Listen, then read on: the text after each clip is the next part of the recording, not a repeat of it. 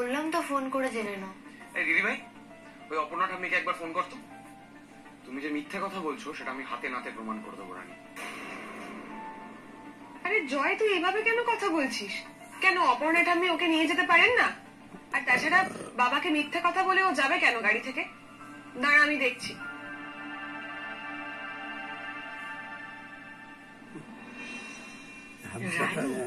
এরম গো বেচারা মুখ করে নির্ঘাত কোনো কেস আছে? তোকে কি আর আমি নতুন করে চিনবো রে রানী? হ্যালো অপর্ণা ঠাম্মি, হ্যাঁ একটু ধরো।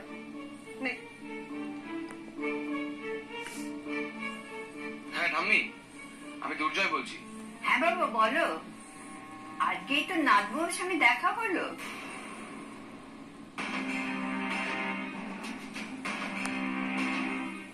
তাই নাকি? ও কি তোমার বাড়িতে গিয়েছিল নাকি?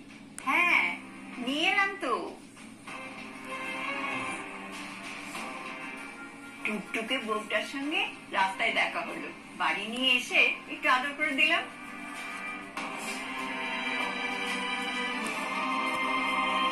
কত গল্প করলাম। ও মা, তুই বিনায়কের ছোট ছেলের বউ না? হ্যাঁ, আপনি ভালো আছেন ঠাম্মি? হ্যাঁ, রানী নাম না তোর? দেখ, বয়স হলে কি হবে, নামটা ঠিক মনে আছে। কি মিষ্টি মুখখানা। ভালো থাক মা, ভালো থাক। এই বাবা, তুমি তো হাঁটতেই পারছো না।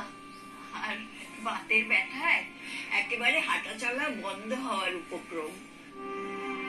একটু বাড়ি দিয়ে চল না বাবা। এমনিতেও তো বিয়ের পরে আমাদের বাড়িতে আসিস, আমাদের বাড়িতে চল চল।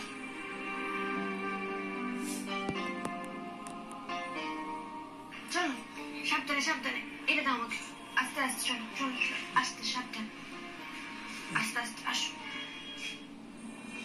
আচ্ছা ঠাম্মি, থ্যাংক ইউ সো মাচ। আমি তোমার সাথে পরে কথা বলছি। ঠিক আছে বাবা, ভালো থেকো। এই,